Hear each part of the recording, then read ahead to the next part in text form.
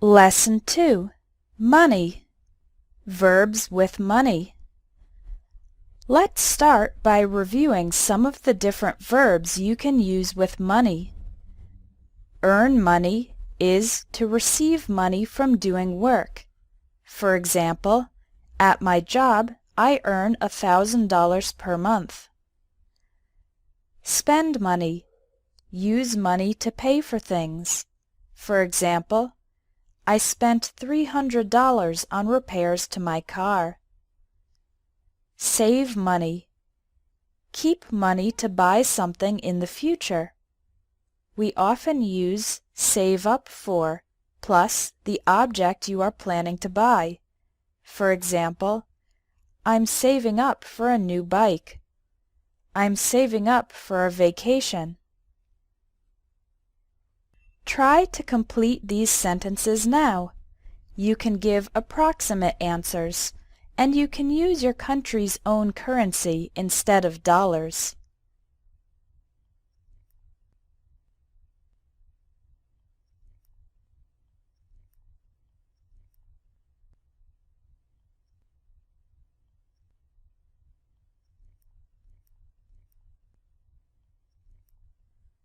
Earning and saving money.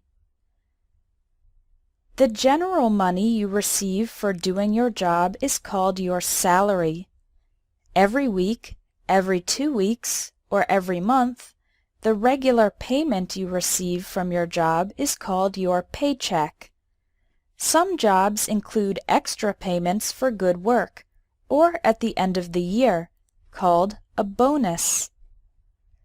You can keep your money in a bank account. There are 3 main types of bank accounts. Checking. This is an account where you can keep your money and write checks to make payments. Checking accounts are usually used for day-to-day spending. Savings. This is an account for keeping money for a long time. You can save money for a car or for a house. Savings accounts usually earn interest. That's a small percentage of extra money that the bank gives you. Investment. This type of account puts your money into the stock market, companies in the general economy. There is some risk because you might get a lot more money if the economy grows, but you might also lose money if the economy goes bad. Every month you receive a statement, a document with a list of all the activity in your account, in the mail or online. The statement will show your transactions, events in which money was received and spent, and your balance. That's the current amount of money in your account. When you put money into your bank account, you are making a deposit, and the opposite, taking money out of your bank account, is making a withdrawal. You can make both deposits and withdrawals at a machine called an ATM. Finally, let's learn some words for economic class. If you have a lot of money, then you are rich or wealthy. If you have an average amount of money, then you are middle class. If you have very little money, then you are poor. Complete this sentence now.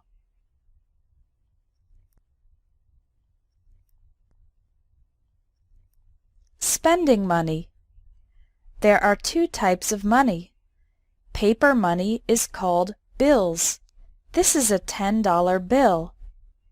Metal money is called coins. This is a 1-cent coin. Both bills and coins are called cash. You can also pay for something in other ways besides cash, like with a check, a credit card, or a debit card. If something costs a lot of money, we say it is expensive. If something is too expensive for you, then you can say, I can't afford it. This phrase means I don't have enough money to pay for it. Now, do you know what the opposite of expensive is? Something that costs little money is inexpensive or cheap. If something is a low price and good value, you can say, "That's a good deal," or "That's a bargain." In addition to using your money to buy things, you can also donate, give money to charity, a non-profit organization, like the Red Cross, for example, that helps people, animals, or the environment. People who like to share and give their money can be called generous, and the opposite, people who like to keep all their money for themselves, can be called selfish or stingy. Borrowing and lending money. Another thing you can do with money is to lend or borrow it. These words are opposites. The word lend means to give someone money temporarily. The word borrow means to receive money temporarily. Imagine you want to buy a car, but you don't have enough money. You can borrow $10,000 from the bank. The amount of money you borrow is called a loan. The bank lends you $10,000. Now you owe $10,000 to the bank. The verb owe means you need to pay it back. You can pay the money back to the bank in installments, for example, $200 per month, plus interest. Again, that's a small percentage of extra money. You've finished Lesson 2. Now continue to the exercises to practice the vocabulary you've learned.